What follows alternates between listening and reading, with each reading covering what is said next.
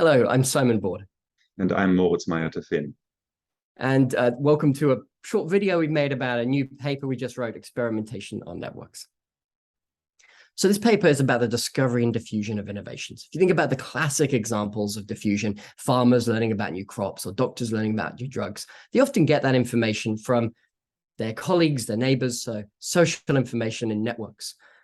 Now, discovery and diffusion, from an economic perspective, are tightly intertwined. They're both necessary for sustained progress and hence complementary.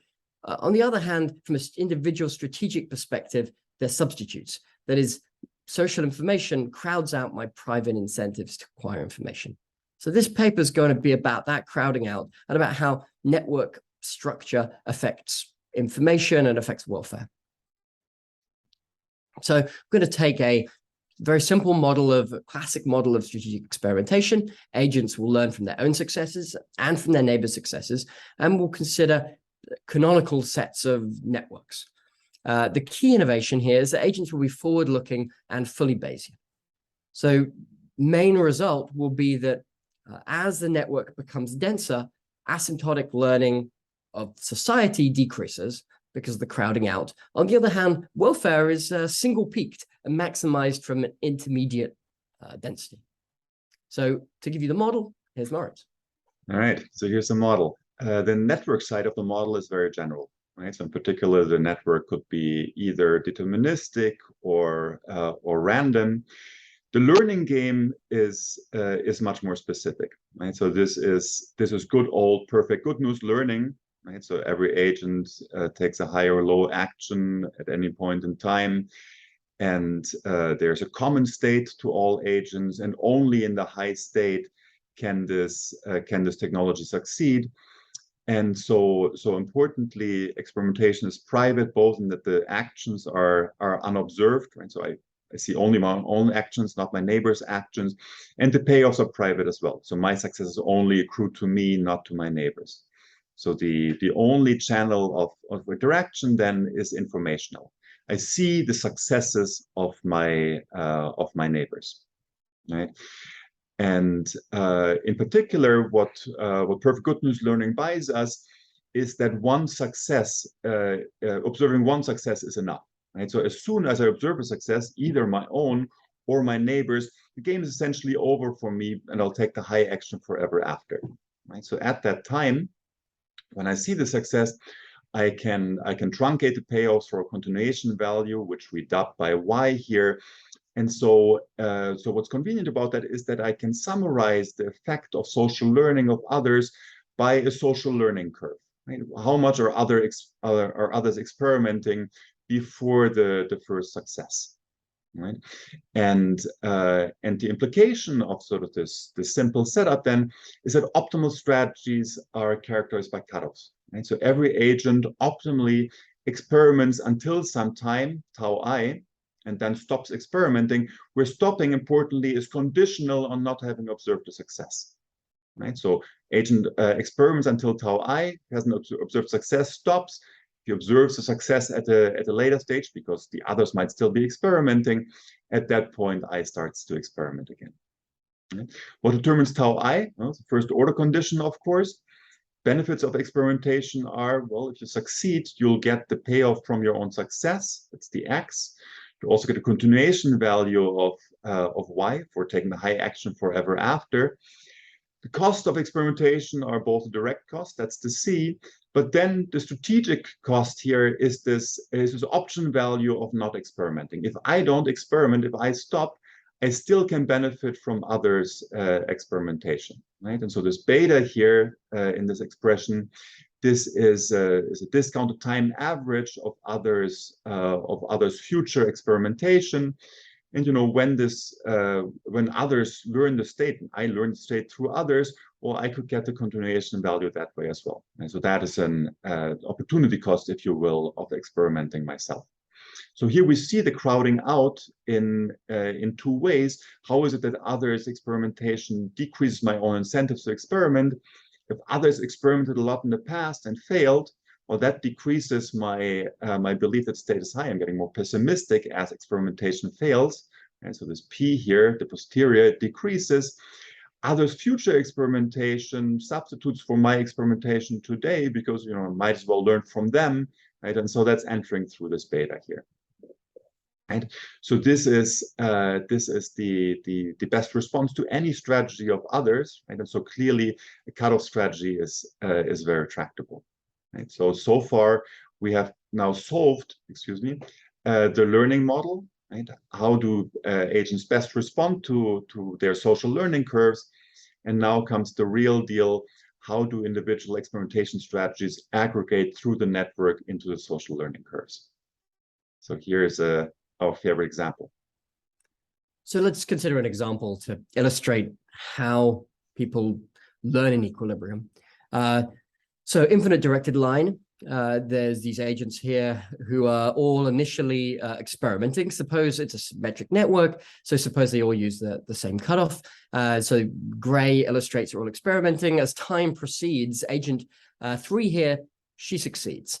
And time keeps going on, and 1 and 4, they get pessimistic, so eventually they stop experimenting. Whereas agent 2, she sees agent 3's success, and so she keeps working. Okay, so time goes on a little further. 2 succeeds, that triggers 1 to start experimenting, and finally 1 succeeds, and there's an agent 400 who eventually succeeds, and that feeds down to agent 4 who experiments eventually and finally succeeds. Okay, so to put some math to this, the key is that the equilibrium is determined by these cutoffs. So agent I here is thinking about when agent I stops, she's thinking about how much effort J will take after she stops. So this is this little AT term, which is the same as what is the probability that K has succeeded given that J has not yet succeeded. We can apply Bayes' rule to that and get this nice expression. The key is that this is actually constant over time. So we can throw that into the first order condition that Moritz gave in the prior slide. And this one equation determines the cutoff and hence determine the entire learning dynamics. Let's do a real network.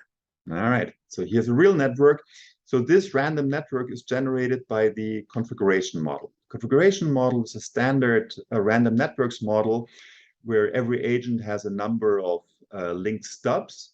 In this particular instance here, we assume that every agent has the same number of stubs. That's the NI up here. And then we just randomly draw pairs of stubs and connect these pair of stubs into undirected links. Right? So that generates a random network. The generating process is clearly symmetric, so the network is stochastically symmetric, and so we can show then that equilibrium is also symmetric and unique. For tractability, we focus on sequences of such networks as the number of agents grows large, and what we want to understand then is the asymptotic information. How much information do agents learn in the long run as the network grows large? So that's what the literature typically focuses on. In particular, will agents learn the state perfectly? And so the question then, so will B be infinite? Right? In this paper, we go beyond that. Right? So we don't just ask about asymptotic behavior, but we also ask about the learning dynamics and in particular the welfare. Right? And welfare, of course, takes into account not just the very long run, but so it takes an intermediate perspective.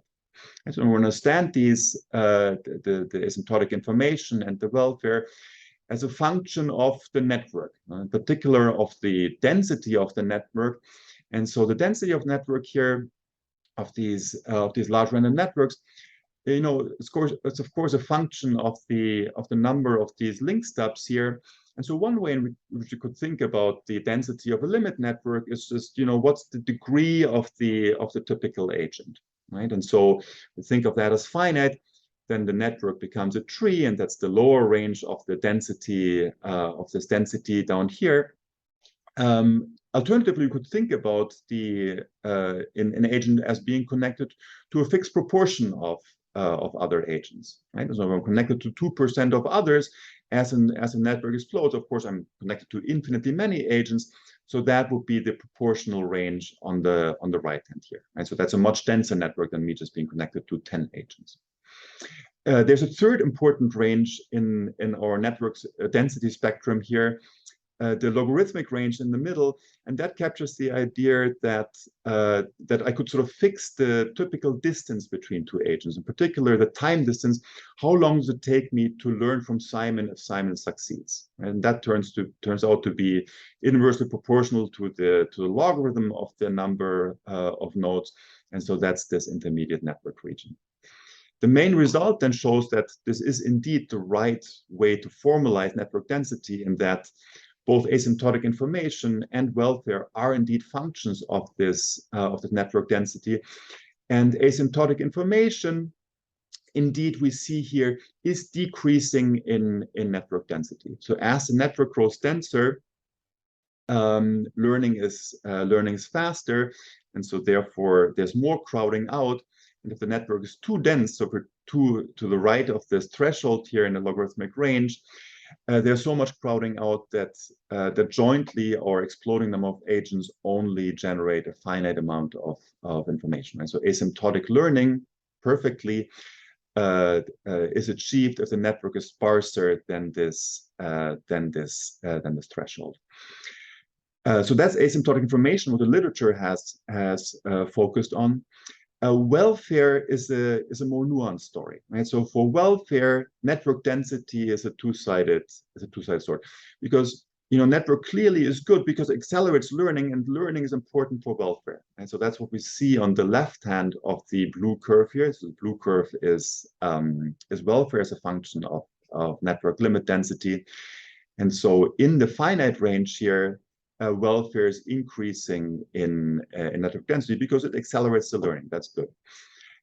So in the middle range, so if the number of neighbors is both exploding in absolute terms, but vanishing in relative terms, relative to the number of agents in the network, a second best benchmark is achieved, right? But when a network gets too dense, then the crowding out and the lack of learning, so the decrease in total information, also starts affecting welfare, and welfare goes down. And so this shows that welfare is hump shaped in network density. The sigma star is determined by an equilibrium indifference condition. And let me close this here by pointing out again the important tension between learning and welfare, right? So for learning, density is bad, right, because it's crowding out, whereas welfare needs some density, right?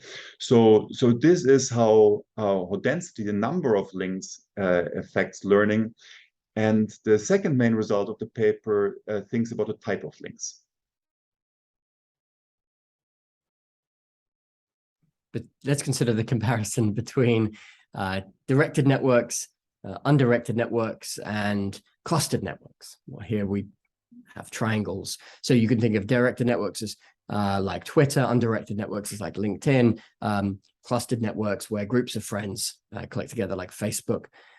So how does social learning dynamics, how does welfare compare across these networks? Our result shows that welfare is higher in the directed network than the undirected network, and higher in the undirected network than the triangle network. The key idea here is that, let's think about the undirected network. When an agent is trying to learn from a neighbor, that backward link is wasted. And however, the difference in these networks is actually not that large, in that we have an upper bound where you'd prefer to be in an undirected network with n+1 links than a directed network with n links. So that means if n is actually large, people have lots of links, the network structure doesn't really matter that much. All right, that's all we got. We set out here to propose a tractable canonical model of experimentation in networks. Key modeling choice that achieves that is assuming perfect good news learning with unobservable actions, right? And so that gives us the characterization of best responses and cutoff strategies that then lends the tractability to characterize asymptotic learning, asymptotic information, and welfare as a function of the density of the network and as a function of the link type. Presentation is short, paper is much richer. One important thing that we didn't cover in this presentation that's in the paper is core periphery networks, right? And so we'll show a result similar to theorem 1 for random networks. We show that for core periphery networks in the paper, the additional degree of richness there is that the agents are now asymmetric, and we'll see that peripherals provide all the information, whereas the core agents transmit the information.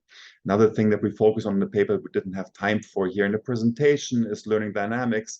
So here we focused on 2 moments, if you will, of the learning dynamics, on the asymptotics and on the welfare, which is the discounted average. In the paper, we characterize the entire social learning curves. So all for this presentation. If this caught your interest, please check out the paper. Thank you.